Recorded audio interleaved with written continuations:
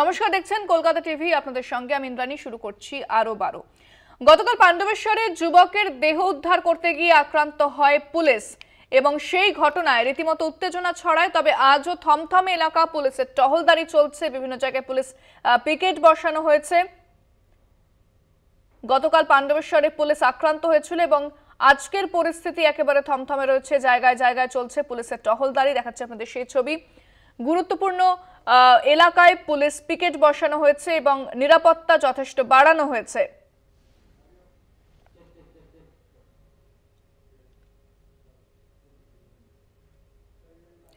বিস্তারিত জানবো, আমাদের সঙ্গে সরাসরি রয়েছেন প্রতিনিধি তাপস গোপ। তাপস, আজকের কি খবর রয়েছে এবং পুলিশ সূত্রে আজকে কি খবর পাচ্ছ? দেখো ইন্দ্রাণী, গতকালের পর আজও থমথমে পরিবেশ রয়েছে এই পাণ্ডবেশ্বরের কুমারডিহি গ্রাম। জায়গায় জায়গায় নাকা বসানো হয়েছে, এমনকি পাড়ায় পাড়ায় চলছে পুলিশি টহল।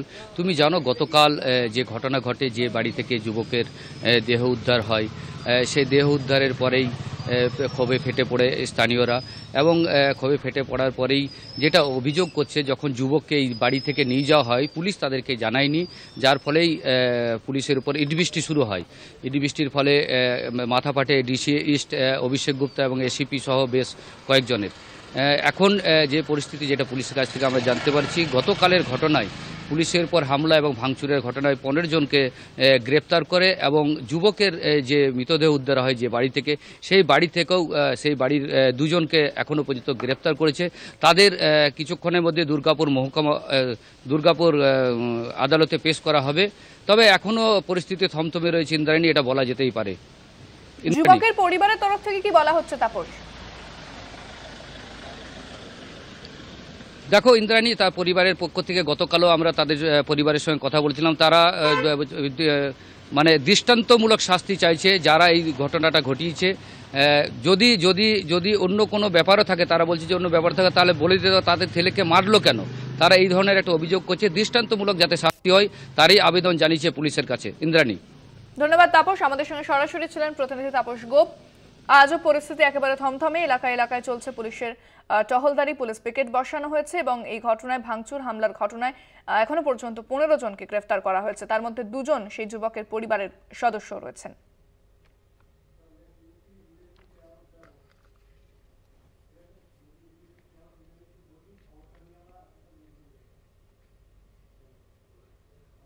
আসছি পরের খবরে। অক্সফোর্ডে মুখ্যমন্ত্রীর ভাষণে বাংলার নারী ক্ষমতায়ন, কন্যাশ্রী, লক্ষ্মীর ভান্ডার, নারী শিক্ষা সহ একাধিক প্রসঙ্গ মমতার ভাষণে। বাংলার পড়ুয়ারা অত্যন্ত মেধাবী, মহিলা পরিচালিত স্বনির্ভর গোষ্ঠী সবথেকে বেশি বাংলায়। কেলক কলেজের ভাষণে দাবি মমতার।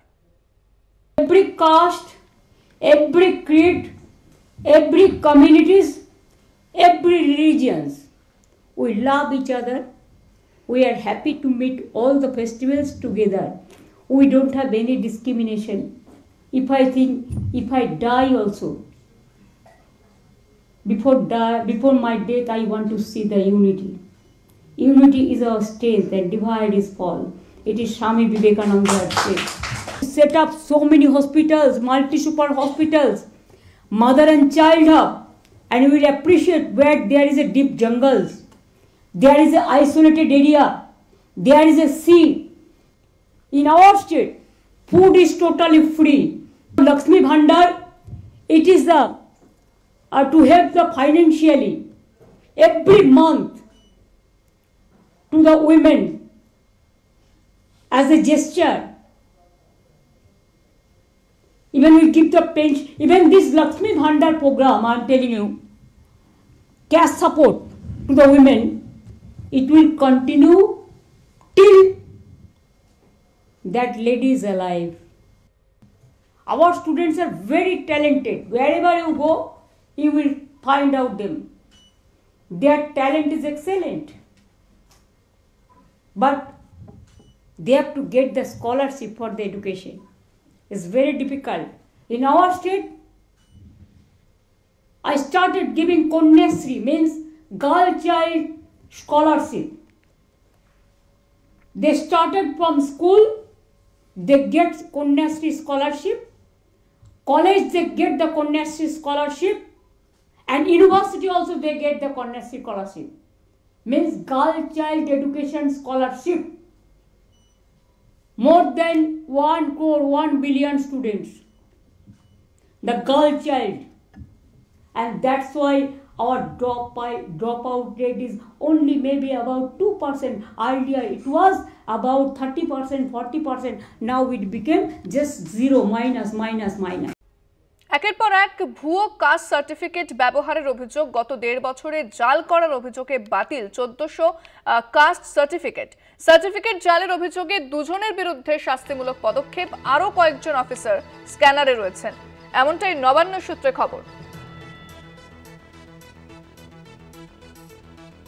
গত 1.5 বছরে জাল করার অভিযোগে বাতিল 1400 কাস্ট সার্টিফিকেট জালের অভিযোগে দুজনের বিরুদ্ধে শাস্তিমূলক পদক্ষেপ, আরো কয়েকজন অফিসার স্ক্যানারে রয়েছেন বলে নবান্ন সূত্রে খবর।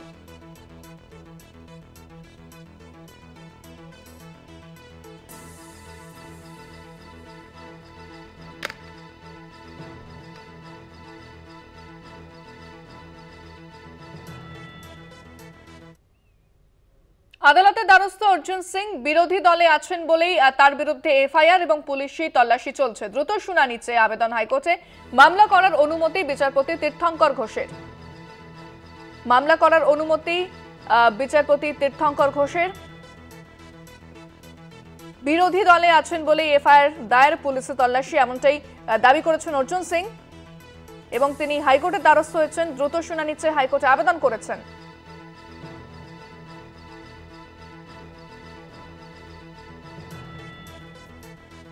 মামলা করার অনুমতি বিচারপতি তীর্থঙ্কর ঘোষের।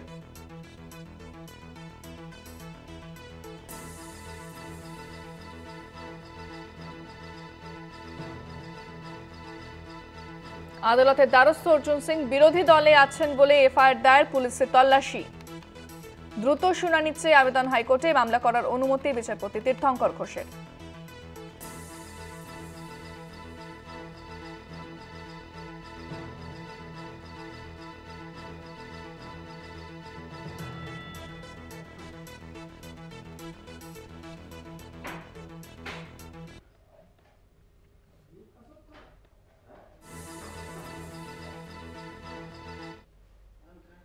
যাদবপুর বিশ্ববিদ্যালয়ের উপাচার্যের মেয়াদ বৃদ্ধি করলেন না আচার্য তথা রাজ্যপাল সিভি আনন্দ বোস। 31শে মার্চ ভাস্কর গুপ্তের উপাচার্য হিসেবে কার্যকালের মেয়াদ শেষ হচ্ছে। রাজভবনের তরফে নির্দেশ জারি। যাদবপুরে উপাচার্যের মেয়াদ বৃদ্ধি করলেন না আচার্য তথা রাজ্যপাল সিভি আনন্দ বোস। 31শে মার্চ ভাস্কর গুপ্তের উপাচার্য হিসেবে কার্যকালের মেয়াদ শেষ হচ্ছে। রাজভবনের তরফে নির্দেশিকা জারি। বিস্তারিত কথা বলবো, ফোনে রয়েছেন প্রতিনিধি শুভঙ্কর মণ্ডল। শুভঙ্কর, কি খবর পাওয়া যাচ্ছে বিষয়ে?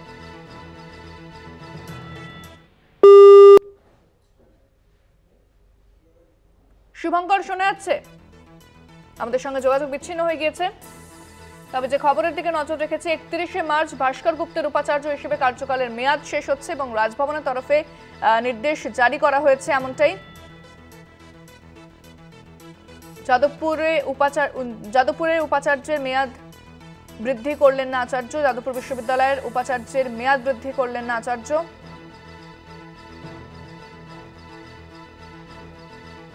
ফোনে রয়েছেন প্রতিনিধি শুভঙ্কর মণ্ডল। শুভঙ্কর, কি খবর পাওয়া যাচ্ছে এই বিষয়ে?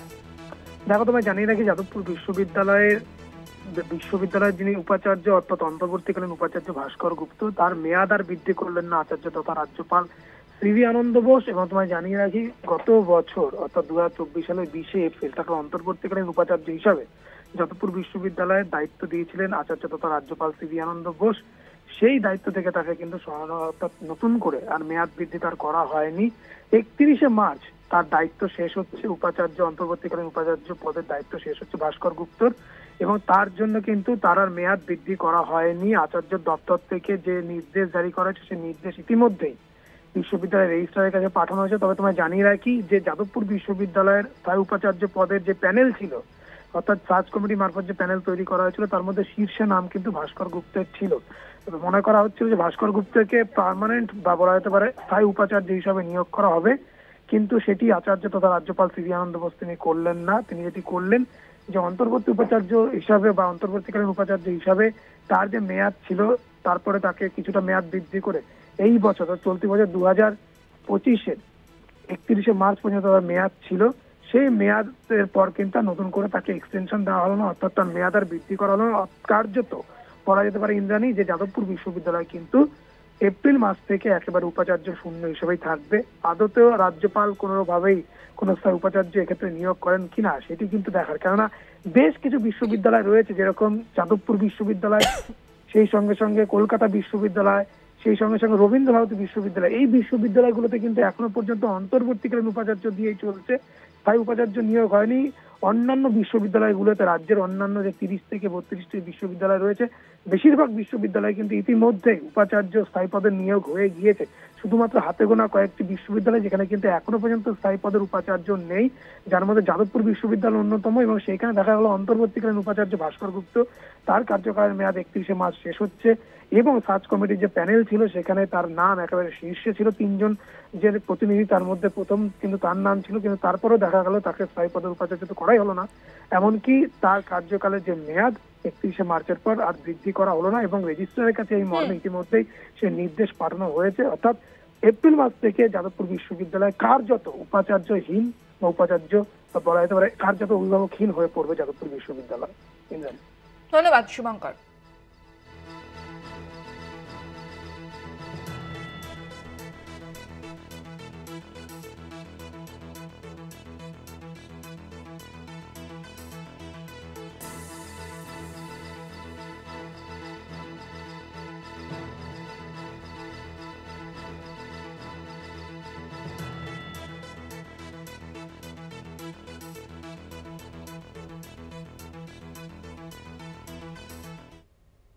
পিএম কেয়ার্স তহবিলে দুর্নীতির অভিযোগ, পাল্টা সোনিয়া গান্ধীর নাম দুর্নীতিতে জড়িয়ে বিতর্কে স্বরাষ্ট্রমন্ত্রী অমিত শাহ।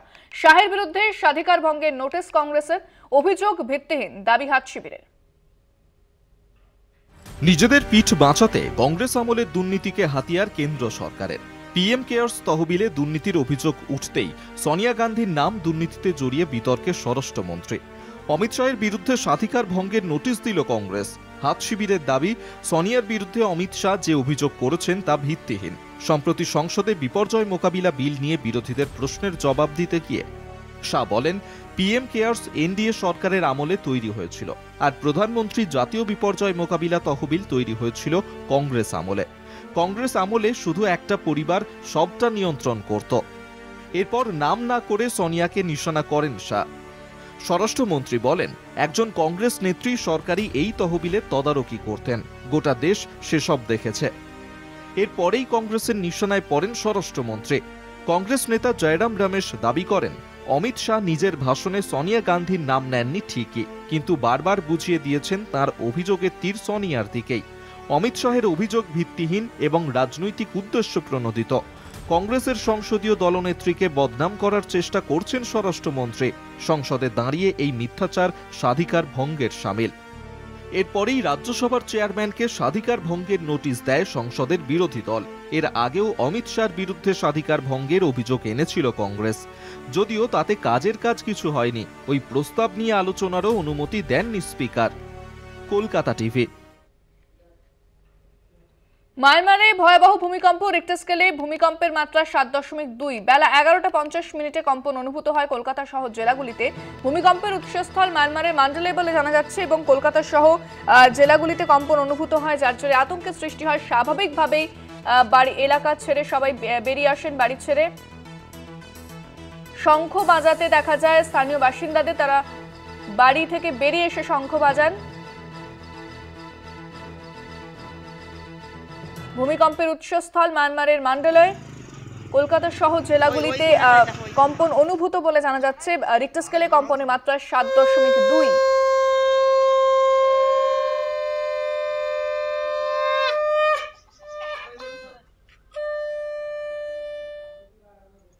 বিস্তারিত কথা বলবো, ফোনে রয়েছেন প্রতিনিধি শাশ্বতী রায়। শাশ্বতী, কি আপডেট পাচ্ছ এই মুহূর্তে? দেখো, পরপর দুটি ভয়ঙ্কর ভূমিকম্প বলা যায়, যেখানে রিক্টার স্কেলের প্রথমটির মাত্রা ছিল 7.7 এবং অপরটির মাত্রা ছিল 6.4। ঠিক 11:50 প্রথম ভূমিকম্প অনুভূত হয় মায়ানমারের সাগাইংয়ে, এবং যেটি ভূগর্ভস্থ থেকে প্রায় 12 কিলোমিটার ভেতরে অনুভূত হয় এই ভূমিকম্প, এবং যার কেন্দ্রস্থল ছিল সেখানে। এবং এর প্রভাব কিন্তু শুধুমাত্র যে মায়ানমারে পড়েছে তাই নয়, এর প্রভাব সব থেকে বেশি পড়েছে মায়ানমারের সঙ্গে সঙ্গে থাইল্যান্ড এবং চায়নায়, এবং বাংলাদেশ এবং ইন্ডিয়াতেও অনুভূত হয়েছে এই ভূমিকম্প। এবং পরবর্তী ভূমিকম্প সেটি 12:02, ঠিক 10 থেকে 12 মিনিটের একটি ব্যবধানে কিন্তু আবারও ভূমিকম্প অনুভূত হয়, এবং সেটিতেও রিক্টার স্কেলে তার মাত্রা ছিল 6.4, এবং সেটিও কিন্তু যথেষ্ট মাত্রায় গুরুত্ব ফেলেছে এই মায়ানমারের পরিস্থিতির ওপর। এবং কিয়াসুক থেকে প্রায় 20 কিলোমিটার ভূগর্ভস্থ ভেতরেই কিন্তু এই ভূমিকম্পের কেন্দ্রবিন্দু ছিল, এবং সেখান থেকে যেমনটা এখন খবর মিলছে যে যথেষ্ট মাত্রায় আতঙ্কিত বিশেষত থাইল্যান্ডের বেশ কিছু অংশ, কারণ সেখানে প্রবল মাত্রায় জলোচ্ছ্বাস দেখতে পাওয়া যায়, এবং এর প্রভাব কিন্তু বাংলাদেশ এবং ভারতবর্ষের ওপরও পড়েছে। মৃদু ভূমিকম্প অনুভূত হয় ভারতবর্ষের ক্ষেত্রে, কিন্তু রিক্টার স্কেলে এই মাত্রা কিন্তু যথেষ্ট চিন্তাদায়ক, এবং মায়ানমারে এখনো পর্যন্ত ক্ষয়ক্ষতির সম্ভাবনা কতটা হয়েছে তা কিন্তু জানা যাচ্ছে না। তবে এই ভূমিকম্পের প্রভাব যথেষ্ট মাত্রায় পড়েছে পার্শ্ববর্তী দেশগুলিতেও, বাংলাদেশ, ভারতবর্ষ, থাইল্যান্ড এবং চায়নাতেও এই ভূমিকম্প অনুভূত হয়েছে। ইন্দ্রাণী, শাশ্বতী, সেক্ষেত্রে ক্ষয়ক্ষতির পরিমাণ কিছু জানা যাচ্ছে?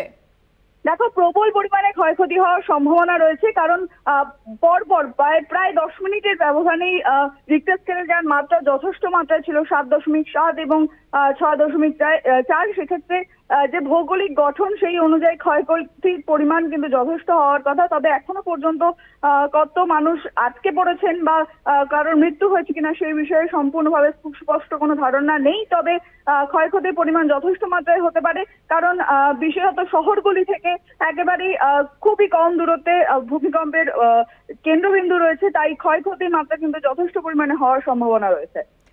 ধন্যবাদ শাশ্বতী। কথা বললাম প্রতিনিধি শাশ্বতী রায়ের সঙ্গে। ভূমিকম্পের উৎসস্থল মায়ানমারের মান্ডলে এবং রিক্টার স্কেলে কম্পনের মাত্রা 7.2। কলকাতা সহ জেলাগুলিতে কম্পন অনুভূত, এবং এলাকায় স্বাভাবিকভাবে আতঙ্কের সৃষ্টি হয়। বাড়ি থেকে বেরিয়ে আসেন স্থানীয়রা এবং শঙ্খ বাজাতে দেখা যায় তাদের।